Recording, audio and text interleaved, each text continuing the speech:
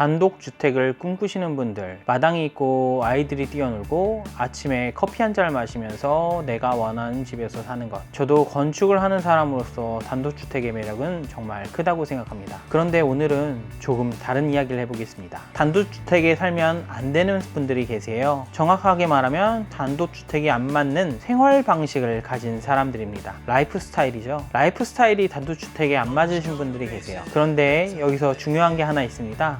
단독주택의 단점이라고 생각하는 것 중에 상당수는 사실 설계 단계에서 상당 부분 해결할 수 있습니다. 반대로 아무리 좋은 설계라 하더라도 본인이 바뀌지 않으면 해결할 수 없는 문제도 있습니다. 오늘은 이 두 가지를 나눠서 이야기해 보려고 합니다.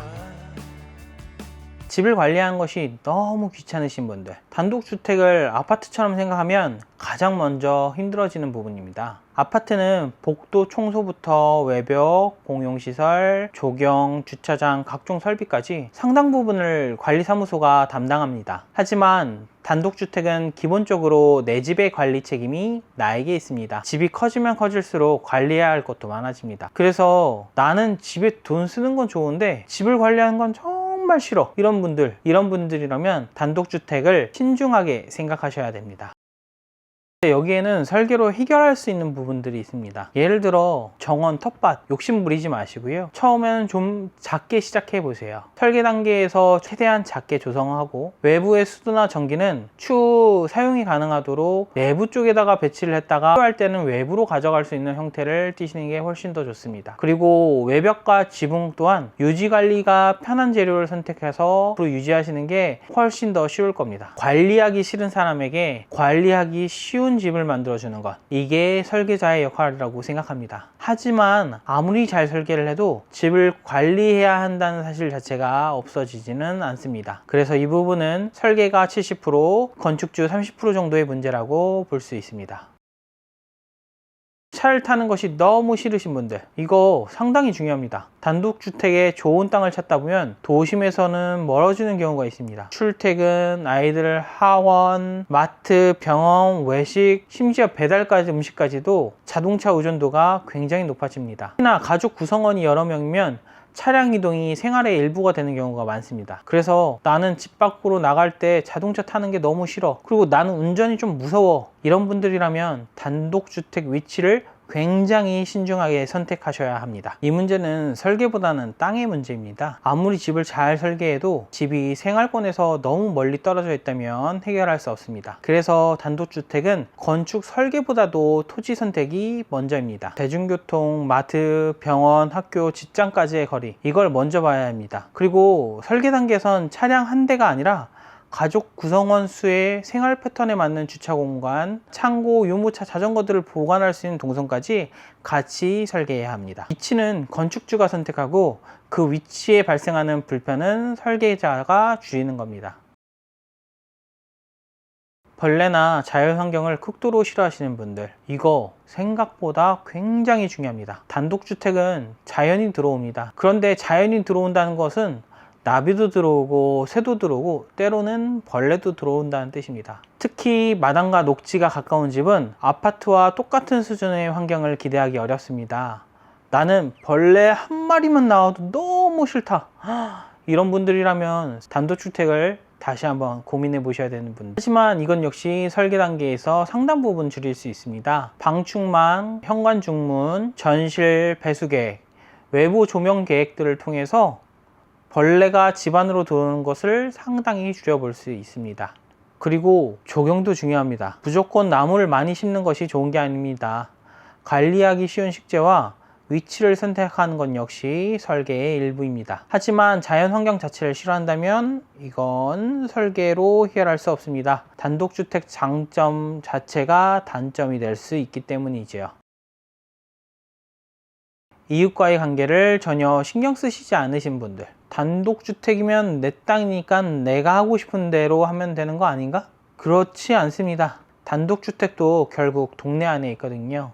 옆집과의 시선, 창의 위치, 그에 따른 소음, 주차, 쓰레기, 마당에 발생하는 소리, 우리 집이 아닌 다른 집에서 넘어오는 벌레나 각종 곤충들, 생각보다 이웃하고 있는 분들과 많이 연결하게 되는 경우가 참 많습니다. 특히나 나는 넓은 창을 갖는 것이 나의 로망이었어 하시면서 창을 크게 내달라고 하시는 분들이 계시는데요. 이거 365일 뚫려 있는 창입니다. 그 창을 통해 옆집과 계속 자신의 사생활이 보인다면 굉장히 불편해질 수 있습니다. 그래서 이것도 설계에서 굉장히 많이 해결해야 되는 부분입니다.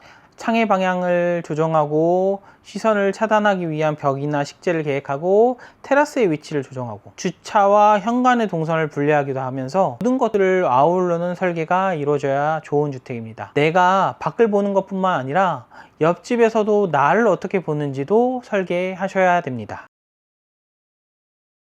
집은 한 번 지으면 끝이라고 생각하시는 분들이 계세요. 저는 이거 굉장히 위험하다고 생각합니다. 단독주택은 완공이 끝이 아닙니다. 오히려 완공 이후부터 집과 함께 살아가기 시작하는 것이죠. 10년 뒤에는 20년 뒤에는 손주가 찾아오게 된다면, 만약에 손님이 많이 와서 주차 공간이 부족하다면, 그리고 나이를 들어 정원을 관리하기가 힘들어진다면 이런 것들을 다 가정해서 생각해 보셔야 됩니다. 그리고 집은 지나면서 유지 보수가 굉장히 많이 필요해집니다. 그래서 단독주택을 지을 때는 내가 로망하고 꿈꾸던 것을 생각하시기보다는 내가 불편했었던 점, 그리고 내가 이런 것들을 정말 싫어한다, 그런 것들을 배제하면서 설계를 하셔야 됩니다. 즉, 예쁜 집이 아니라 오래 살기 편한 집을 만들어야 합니다.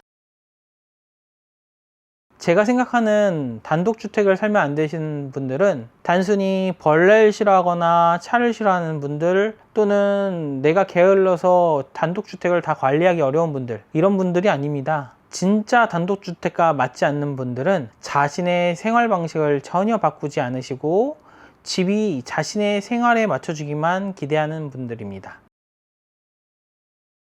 단독주택은 아파트보다 무조건 좋은 집도 아니고요, 아파트보다 무조건 불편한 것도 아닙니다. 생활 방식에 따라 완전히 달라집니다. 그리고 여기서 건축사의 역할이 굉장히 중요해지죠. 건축주는 나는 이런 생활을 하고 싶어요 라고 이야기를 한다면, 건축가는 그런 생활에 어떤 것들이 가장 최적화돼서 불편하지 않을까를 고민해 주는 사람이라고 생각합니다. 그래서 단독주택을 지으실 거라면 몇 평으로 지을까요? 라고 하기 전에 우리는 이 집에서 어떻게 살 것인가, 이것부터 이야기해야 합니다. 차라리 단독주택 설계를 시작할 때는 평수보다는 먼저 출퇴근, 차량, 아이, 그리고 부모님, 나의 취미, 라이프 스타일, 그리고 어떠한 정원을 갖고 싶은지, 그리고 10년 뒤의 생활까지 먼저 이야기를 나눠봐야 합니다. 좋은 주택은 멋있는 집이 아니라 가족이 오래 살아도 불편하지 않은 집이어야 하기 때문입니다. 여러분 어떠신가요?